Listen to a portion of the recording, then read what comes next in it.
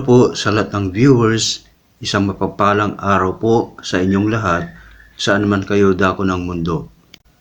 Welcome po kayo sa BHCC PH channel at nawa sama-sama tayo dito sa aking programa hanggang sa dulo. Ngayon po ay aking ipakikilala ang BHCC PH channel. Ang layunin po ng BHCC PH channel ay ihayag ang salita ng Diyos sa buong mundo sa pamamagitan ng channel na ito sa social media. At ipagpatuloy ang gawain ng Panginoon lalo na sa kaligtasan ng isang tao. Layunin din ng BHCC PH channel ay ipalaganap at ilahad ang mapalad na pag-asa na pangako ng Diyos sa mga mananampalataya. Kaakibat ng BHCC PH channel ay ang BHCC. Ang ibig pong sabihin ng BHCC ay Blessed Hope Christian Church, na isang maliit na church na ako'y naniniwala na ang Diyos ang nagtatag nito upang patuloy na ihayag ang mensahe ng salita ng Diyos sa buong sanlibutan at palawakin ang gawain ng Panginoon sa mga iba't iba pang lugar. Dito sa Blessed Hope, kung saan ako kabilang bilang isang manggagawa at itinalaga ng Diyos bilang lingkod niya. Ang Blessed Hope Christian Church ay hango sa salita ng Diyos ayon sa kataga na Blessed Hope na matatagpuan sa Titus chapter 2 verse 13 na sinasabi, "Looking for that blessed hope and the glorious appearing of the great God and our Savior, Jesus Christ." Sa Tagalog, nahintayin yaong mapalad na pag-asa at pagpapakita ng kaluwalhatian ng ating dakilang Diyos at tagapagligtas si Hesus Kristo. Ang salitang Blessed Hope sa Tagalog ay mapalad na pag-asa ay isang pangako ng Diyos na hinihintay na magaganap dito sa mundo sa takdang panahon. Ang mapalad na pag-asa ay isang pangako ng Diyos kung kailan magaganap sa itinakdang oras, kung kailan babalik ang Panginoon sa pamamagitan ng pagpapakita ng kanyang kaluwalhatian. Ang mapalad na pag-asa ay isang pangako ng Diyos na para lamang sa mga mananampalataya kay Kristo na siya'y babalik mula sa langit at bababa sa alapaap, sasalubungin siya ng mga mananampalataya sa hangin. Ito ay isang kaganapan na hinihintay ng mga mananampalataya, ang pagdating ng ating Panginoon o ang kanyang muling pagbabalik. Sa muling pagbabalik ng Panginoon ay sasalubungin siya ng lahat ng mga mananampalataya. Unang sasalubong ay ang mga nangamatay na mananampalataya na sila'y bubuhayin na maguli at pagkatapos sasalubungin nila ang Panginoon doon sa alapaap. At pagkatapos salubungin ang mga binuhay na nangamatay, ay susunod ang mga nangatitira na nabubuhay na sa isang kisap mata ay sasalubungin nila ang Panginoon sa alapaap at sama-sama silang aakyat sa langit kasama ang Panginoon at doon sila maninirahan sa kaharian ng Diyos magpakailanman. Ito po ang sinasabi sa 1 Thessalonians chapter 4 verse 16 to 17 na sinasabi sa verse 16, "Sapagkat ang Panginoon din ang bababang mula sa langit na may isang sigaw, may tinig ng arkanghel at may pakakak ng Diyos, at ang nangamatay kay Kristo ay unang mga bubuhay na maguli." At sa verse 17, "Kung magkagayon, tayong nangabubuhay na natitira ay aagawing kasama nila sa alapaap upang salubungin ang Panginoon sa hangin, at sa ganito'y sa Panginoon tayo magpakailanman. Maliwanag po sa salita ng Diyos na ang mapalad na pag-asa ay para lamang sa mga mananampalataya kay Kristo. Ibig sabihin, ang mapalad na pag-asa ay hindi para sa lahat, kundi para lamang sa mga mananampalataya. Ang mapalad na pag-asa ay isang pangako ng Diyos na pag-asang espiritual. Hindi ito yung pag-asa na pangkaraniwan na nararanasan ng mga tao dito sa mundo. Sa tuwing nagkakasakit ay nabibigyan ng lunas. Sa tuwing may babigat na problema at nasusolusyonan. Sa tuwing may pangangailangan at natutugunan. At iba pang pag-asa na nararanasan ng isang tao tuwing mayroon siyang mga kabigatan. Ang mapalad na pag-asa ay espiritual na pag-asa na pangako ng Diyos sa mga kaluluwa ng mga mananampalataya. Mga kumilala sa Panginoong Hesukristo bilang Panginoon at tagapagligtas. Ang mapalad na pag-asa ay isang espiritual na pag-asa na pangako ng Diyos sa mga iniligtas sa tiyak na kapahamakan sa pangalawang kamatayan. Maliwanag po na ang mapalad na pag-asa ay hindi makakamtan ng lahat ng tao dito sa mundo. Ang katotohanan ay konti lang ang makakatanggap ng mapalad na pag-asa.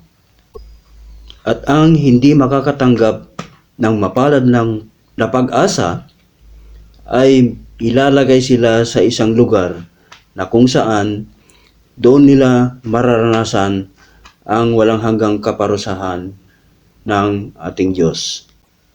Ito po ang sinasabi sa Revelation chapter 20 verse 14 na sinasabi, "And death and hell were cast into the lake of fire. This is the second death." Sa Tagalog, "At ang kamatayan at ang Hadis ay ibinulid sa dagat-dagatang apoy. Ito ang ikalawang kamatayan. Sa makatuwid ay ang dagat-dagatang apoy." Ang Hades o impyerno ay isang lugar para sa mga nahatulan ng walang hanggang kaparusahan sa kasalanang walang kapatawaran at hindi pananampalataya kay Hesukristo. Dito nila mararanasan ang pangalawang kamatayan o walang hanggang kamatayan at daranasin nila ang walang hanggang puot at kaparusahan ng Diyos. Ang pangalawang kamatayan ay ang pagkakahiwalay ng kaluluwa ng isang tao na hindi iniligtas. Maihiwalay yung kanyang kaluluwa sa Diyos magpawalang hanggan. Ibig sabihin, kapag ang isang tao ay nahatulan ng pangalawang kamatayan o walang hanggang kamatayan, ay siya ay ilalagay sa Hades at doon na siya mananatili magpakailanman. Wala na siyang pag-asa na makakaalis doon at daranasin na niya doon ang pagdurusa sa habang panahon at magpakailanman.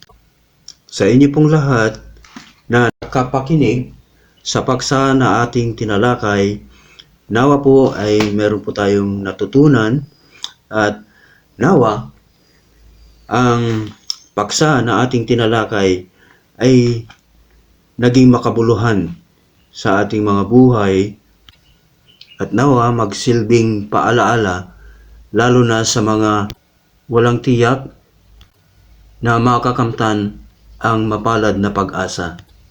Kung ikaw ay wala pang katiyakan na makakamtan ang mapalad na pag-asa, ay nais ko na makilala mo nawa ng lubusan ang Panginoong Hesus bilang isang tagapagligtas. At para maging tiyak na makakamtan mo ang mapalad na pag-asa sa muling pagbabalik ng Panginoong Hesus. Maraming salamat po sa inyong lahat na nakapakinig sa mensahe ng salita ng Diyos sa pamamagitan ng BHCC PH channel.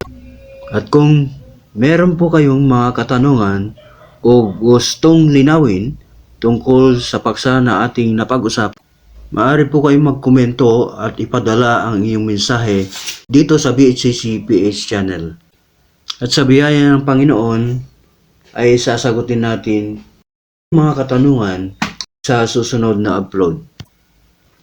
Sa kalooban ng Panginoon, sa susunod na upload ay tatalakayin po natin kung paano makikilala si Jesucristo ng lubusan bilang Panginoon at tagapagligtas, at kung paano magkaroon ng buhay na walang hanggan, at para maging tiyak na maging kabahagi sa mapalad na pag-asa sa pagsalubong sa Panginoong Hesus sa kanyang muling pagbabalik.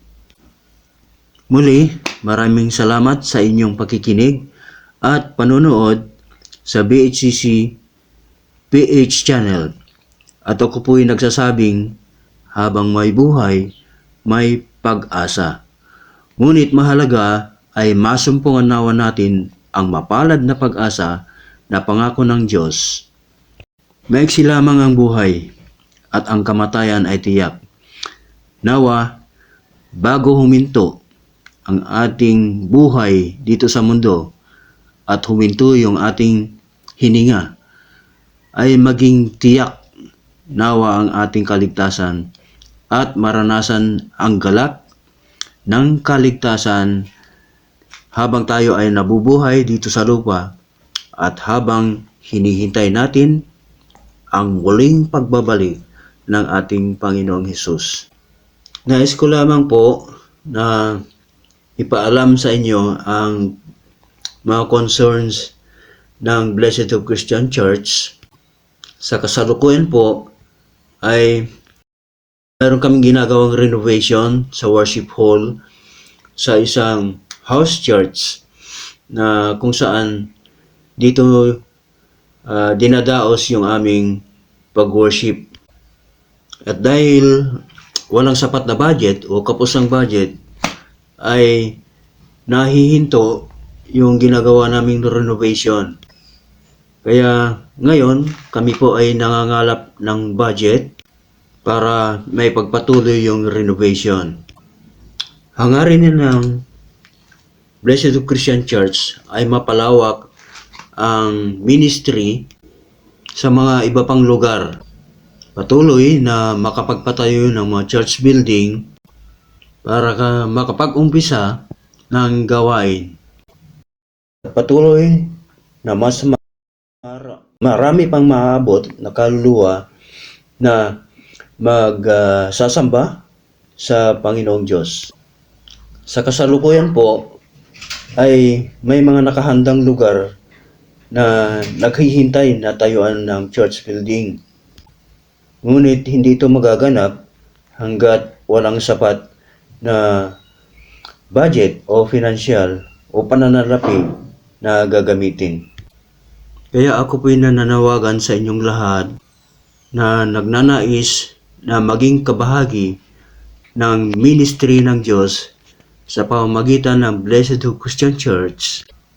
Maliit man o malaki ang iyong maibibigay na support, ito po ay nakalulugot sa Diyos at nagbibigay ng kaluwalhatian sa Diyos. Anumang support na maibibigay nyo ay isang malaking tulong para sa pagpapalawak ng gawain ng ating Panginoon. At makakaasa kayo na ang iyong mga support ay hindi mababaliwala.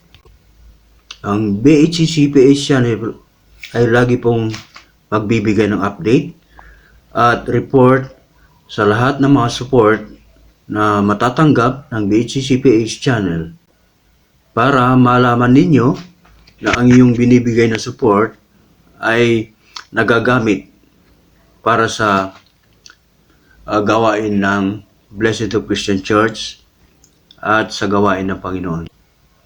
Ako po'y nakikiusap din na huwag nawa ninyong kalimutan ang mag-like, mag-subscribe, mag-share, at pindutin ang bell button at mag-follow sa BHCC PH channel sa Facebook. God bless us all, and glory be unto God alone.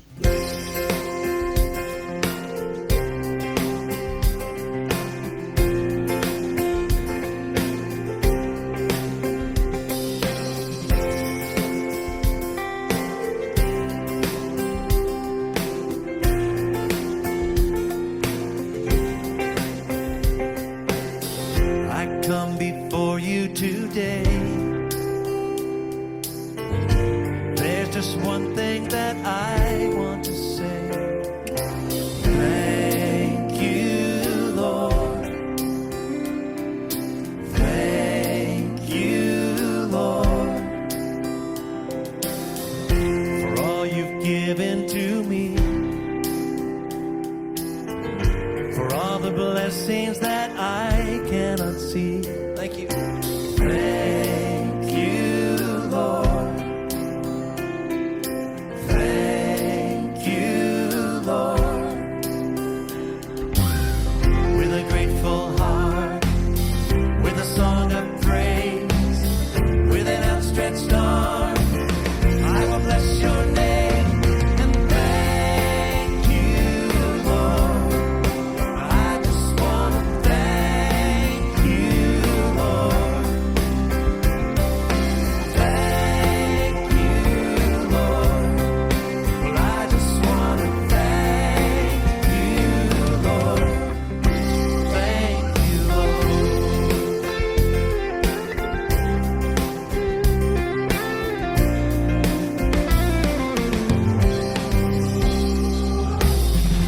for all you've done in my life.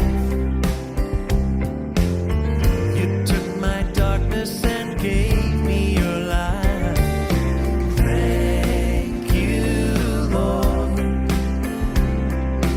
Thank you, Lord.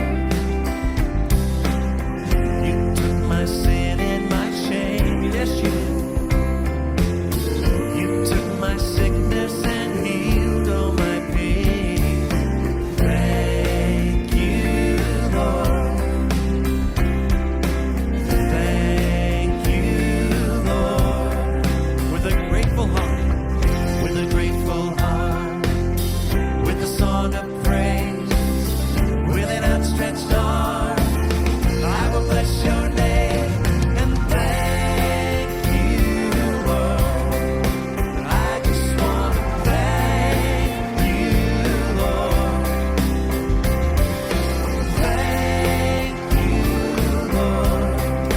I just want to thank you, Lord. Thank you, Lord. Thank you, Lord. I just want to thank you, Lord. I just want to thank you, Lord. Thank you, Lord. I just want to thank you, Lord. Thank you, Lord.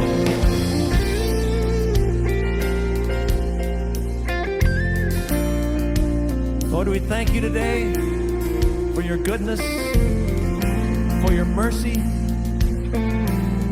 Thank you for your love, for loving us when we were quite unlovable people.